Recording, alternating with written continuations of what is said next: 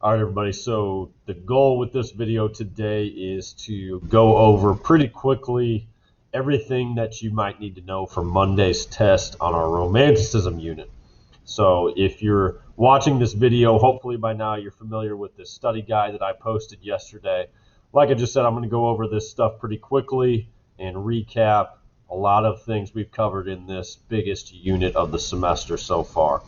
So one more time, this study guide's ungraded. You're not going to get a grade for doing this, but obviously you should do it. It's your #1 resource for our test on Monday. That test is going to be 40 multiple choice questions in a Google form. Each question is worth 1 point, so it's going to be 40 points total, which besides the term paper on a Raisin in the Sun is the next largest assignment of this semester. All right, so let's go through this stuff. Key literary terms. I want to emphasize again, you're going to be expected to know how to apply these terms, these 21 different terms, to a piece of literature. So it's not like this is going to be a matching section on the test where you need to know a standard definition for all of these. That's not what we're doing here. You need to know what theme means off the top of your head. So if I ask you a multiple choice question, out of the following options, for instance, which of the following best discusses a potential theme from Into the Wild, you would know how to answer that multiple choice question. So again, you need to know what these terms mean off the top of your head for Monday's test. So let's go through them.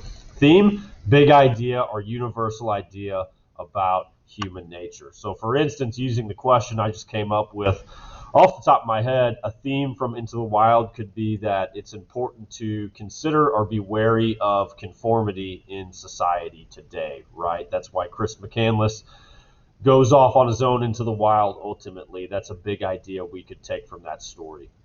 Okay, characterization, there's two different types of that. Remember, direct characterization is when a character is directly described, like in the yellow wallpaper. We discussed how the husband, John, is directly characterized as being practical. Indirect characterization is an inference you make as a reader. So again, using that same example, many of you said John was controlling, and that's an example of indirect characterization because you inferred that as a reader. It's never stated directly in the story that John is controlling. You inferred it. So just remember again, indirect requires your inference. Foreshadowing is a preview of something that's going to happen in the future in the story. For instance, in Young, Dim, and Brown, Faith's pink ribbons that are mentioned multiple times on the first page foreshadow the eventual conflict that Young, Dim, and Brown is faced with when he has to go and try to save her from the devil meeting in the forest. When he hears her scream and those pink ribbons flutter down from the sky. Again, foreshadowing, hint, or preview at future events in the story. Flashback. Oh, duh, this is an easy one. It's a flashback. It's a return to the past. It's going back to past memories in the story. Stanza or verse is just a section of a poem. So again, stanza is to poem as paragraph is to essay, right? It's just a section of a poem, stanza or verse. Those two things mean the same thing. An allusion is a reference to a historical event or to another piece of literature. So like again, using Young, Dim, and Brown as an example, there's an allusion early on to King Philip's War when the devil tells Young, Dim, and Brown that his father and grandfather participated in those violent events surrounding King Philip's War. So an allusion is a reference to a historical event or another piece of literature. In The Raven, that poem we read by Poe, remember there's an important allusion there to Greek mythology when the raven lands on the head of the goddess Athena, right? Mood, remember mood is how you feel as a reader. Tone is the author's attitude. So again, just remember mood, you, reader, tone, author. So again, I'll use that example one more time. If you watch Saturday Night Live or South Park or Family Guy or any of those popular satires on TV today, you watch those shows and you think the mood is, hey, this is funny, right? It's a comedic mood that you perceive as a viewer, as a reader.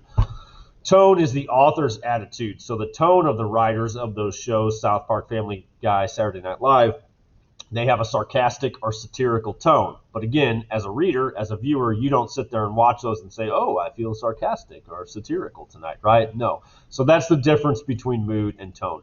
Diction is how the author gets that tone across. Diction just means word choice, okay? Word choice. Alliteration is the repetition of consonant sounds. Typically, you see alliteration in poetry, like Sally sold seashells down by the seashore, or like we talked about in the Raven's described as being grim, ungainly, ghastly, and gaunt. Those G's, those are consonants, G's, g, g, g, g. That's alliteration. Assonance is repetition of vowel sounds. You just read a poem the other day called The Tide Rises, the Tide Falls. Tide, tide, rise in that title, in that line that's repeated throughout the poem. That's assonance, repetition of vowel sounds. Symbolism is when you have a symbol that represents, so it's an ordinary, everyday thing that represents something larger than itself. So like flags of countries can symbolize patriotism, freedom, liberty, all of those different things. Within the stories we read, we talked about how, like for instance, going back to the Raven, the bust of Pallas, the statue of Athena's head, symbolizes knowledge or wisdom. In Young Gibbon Brown, there's a ton of symbolism, right? Faith represents spiritual faith. Young Gibbon Brown represents the everyday innocent Puritan good man. The devil represents evil. His cane, his staff, symbolizes temptation. So those are all examples of symbolism in this unit. Setting, time, and place when something is occurring. So like, I don't think we need to go over examples with this one, but the setting of Young Gibbon Brown is Puritan Salem in the 1600s, the late 1600s, right? Point of view, just remember there's three different kinds. First person uses first person pronouns, I, me, myself, we, are. Second person talks directly to the reader, uses second person pronouns like you, yourself, yours.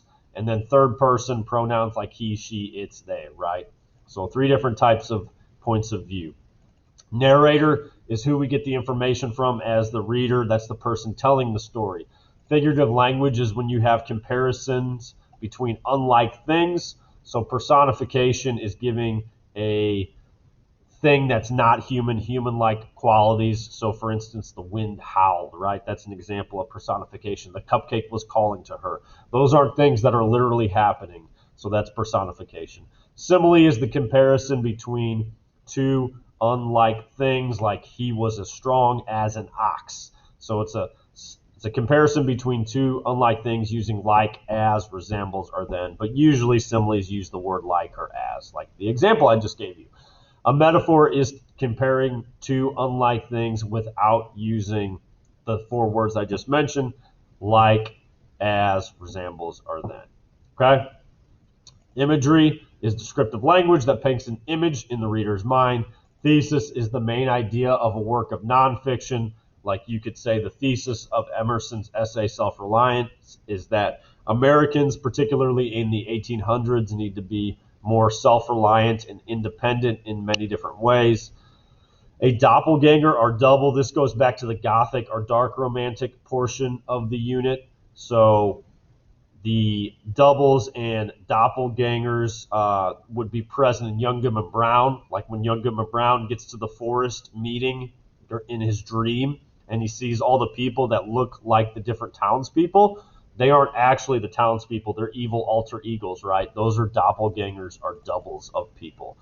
The sublime is when you think of nature and this concept of nature almost terrifies you, right? So again, I use the example in the notes. You're looking at a stream where there's some horses running.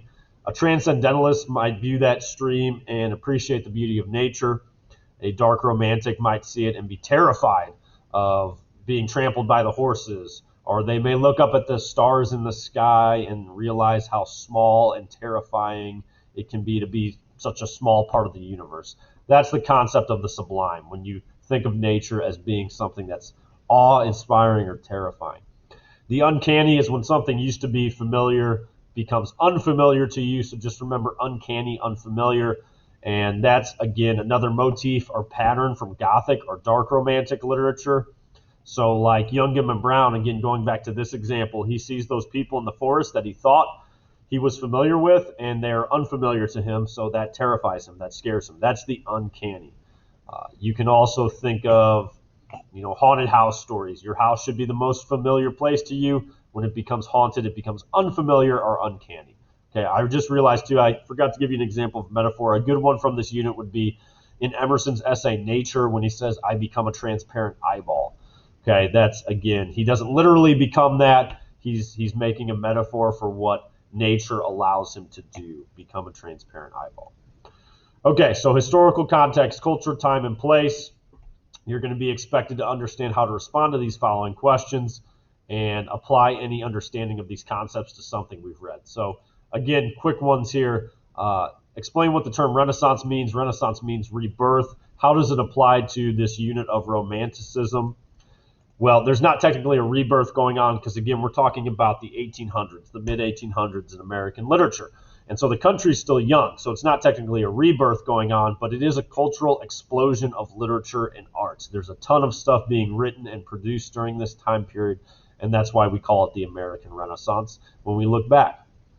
Okay, positive and negative social changes occurring in the U.S. during this time period.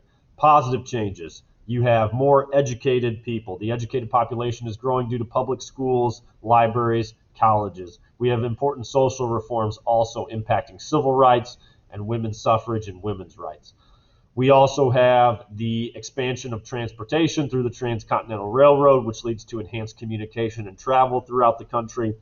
We also have increased industrialization, more factory jobs, which leads to a booming economy and more money in the country. And then finally, we have more publications, things like the New York Times, spreading communication and literature and writing. So those are positive changes. Negative changes. We also have populations increasing in general, which in cities or urban areas lead to cramped conditions. We see a lot of violence, crime in urban areas in particular during this time period due to increased populations. And how do these changes influence the works of the two distinct types of writers we discussed throughout the unit? You should know by now we have two types of writers we're talking about throughout this unit: transcendentalists and dark romantics. So transcendentalists focus on the positive, optimistic changes, the good changes going on that I just went over. The dark romantics focus on the negative changes, and that inspires their negative, dark writing. Three major core beliefs of transcendentalists. That would be the power of nature. Nature allows you to become closer to God. You have to be one with nature to truly lead a fulfilled life. More on that in a second. They also believed you should be self-reliant and not conform and do what everybody else is doing just because they've always done things that way, or they cite tradition as their motivation. And then finally, you need to trust your intuition. You need to trust your instinct. You need to trust your gut. Remember, transcendentalism, the philosophy itself, is based on the verb, there it is, transcend, to go beyond everyday experiences. They believe to lead a truly fulfilling life, again, you had to transcend our everyday lives. You had to get beyond the everyday stuff, your homework, your bills, your taxes, your relationships. To understand how to lead a truly good, fulfilling life, you had to get beyond all that and understand there was a bigger picture going on for you. Why did Henry David Thoreau move to Walden Pond in solitude? He was going through a rough patch in his life, but mainly he moved out there to be one with nature and to prove that it was possible for multiple years to be truly self-reliant and live only off the land at Walden Pond. Why did he protest the poll tax so vehemently, which led to his writing of civil disobedience, which we read as a part of this unit? He protested that poll tax to vote because he didn't want to pay his taxes to support the Mexican War. He thought the Mexican War going on at the time was a way to expand slavery into Mexico and to gain Mexican territory, and that's why he didn't pay his tax. What was the result? Well, he spent a night in jail. He writes that essay, Civil Disobedience, which we read and discussed, and that obviously leads to inspiring future people. The one we really focused on was Martin Luther King Jr., who went through a similar situation during the Civil Rights Movement almost 100 years later, and led him to write that letter from a Birmingham City jail that you also read as a part of this unit. Okay? The term Gothic eventually came to carry a negative connotation because it was passed down over time. Originally, it referred to a vicious tribe that was known for their battles with the Roman Empire a long, long time ago. And they were the Visigoths. So that was the name of their tribe, and that's where that term Gothic originally comes from. And then it was passed down to architecture.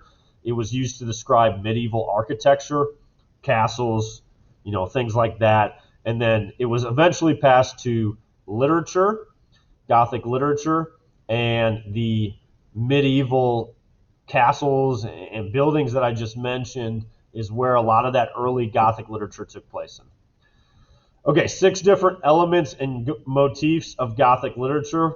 I'll tell you what I'll do right now for this review. I'm just going to pull up this resource right here for you because you can see this will take you directly to a lot of the things I just talked about within this unit, but it also goes over these different motifs or recurring patterns in Gothic literature. Okay, so number 1 is settings that look like this. Number 2, archetypes, which are recurring plot lines and characters. So that includes these things here. Doubles, doppelgangers, I went over those just a moment ago with an example from Young Goodman Brown. The sublime, also talked about that a moment ago. The uncanny, talked about that a moment ago. And then finally, the past coming back to haunt you and this feeling of horror versus terror and the difference between those two things. Okay? So if you want to go into more detail on these, I just showed you where the link to that slideshow is one more time. But you probably took notes on this, hopefully a long, long time ago, and you have those somewhere as well. Transcendentalism background notes, if you want to go over that longer slideshow, that is also linked right here, as you can see. And again, those are notes that you should already have. We've taken over the course of the past several weeks. Okay, the authors and literature section on the test. Remember, I'm going to ask questions directly in multiple choice format, of course, from these different study guides that are linked throughout this section of the study guide. So again, you can just click these links and it will take you directly back to that study guide. Now, it'll take you back to a document like this that you can just view. You can't edit directly or see any answers, but you should have answers to all of these study guides completed by now as a part of this unit. So you have those somewhere that you can review for the test, right? You have them in a folder somewhere, or maybe you have them saved in your Google Drive if you've been working electronically. And finally, if for some reason you can't find something, they're all linked here and they're all posted on Google Classroom too. Okay, so the other concern I have for this section of the test, there will be 4 questions, as you can see here, where you have to identify the authors that match up with a quote. So I'm going to pick 4 quotes from these different things that we read. I will pick major quotes, important passages. And I'm not going to tell you what those are going to be, obviously, on the test. But at this point, you should know, hey, this looks like something Ralph Waldo Emerson wrote, whereas this quote looks like something Edgar Allan Poe wrote, right? Because those are 2 totally different writers. They have totally different authors. They're totally different authors with totally different writing styles who wrote about totally different topics. And so you should be able to identify the authors of those quotes based on that, okay? One more time here, this is what we covered throughout the unit: Self-Reliance and Nature, both essays by Ralph Waldo Emerson, the founding father of Transcendentalism in the United States. Civil Disobedience by Henry David Thoreau, I just talked about that a few moments ago. John Krakauer, this is probably the most recent thing, right, besides this poem. Into the Wild, that more modern excerpt I gave you from that book, those first 3 chapters that we spent this past week covering, I should say. And then Henry Wadsworth Longfellow, he's the author of the poem The Tide Rises, the Tide Falls, which we most recently covered. And then earlier in the unit, we covered Poe, his 2 poems, The Raven and Annabel Lee, Young Goodman Brown by Nathaniel Hawthorne, and The Yellow Wallpaper by Charlotte Perkins Gilman. Again, everything is linked here. And then remember, the last portion of the test is going to be 13 questions. You're going to read a short text. I'm not telling you what it's going to be. It could be a Gothic text. It could be a transcendental text. But it'll be something we did not read as a class yet. It's something that'll be new to you. It'll be very short. It'll be about 3 pages, which, again, this test is typically given in class. You typically get a full class period to take it. So usually people take this test again, within a 55-minute class period, and no one ever has trouble finishing it usually. So it should not take you more than 55 minutes to complete that test and do the reading required as a part of that test, okay? So, again, you'll get a short story to read, and there will be 13 multiple choice questions that I ask you about that story. One more time here, to prepare for those questions, these 21 terms are going to be important. A lot of those terms will appear in those questions about the story I ask you to read. Okay? So that'll be more like a standardized test like the ACT or the SAT, where you have to sit down, or past English finals you've taken, where you have to sit down and read something you haven't read before and answer multiple choice questions about it. Okay?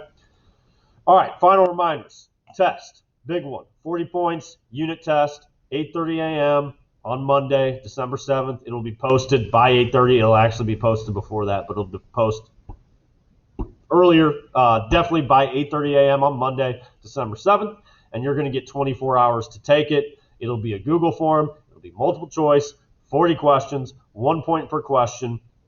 I'd like you to not use your notes, use your own brain to do the test. Don't use other people. Obviously, you're on the honor system with that because you're taking this from home.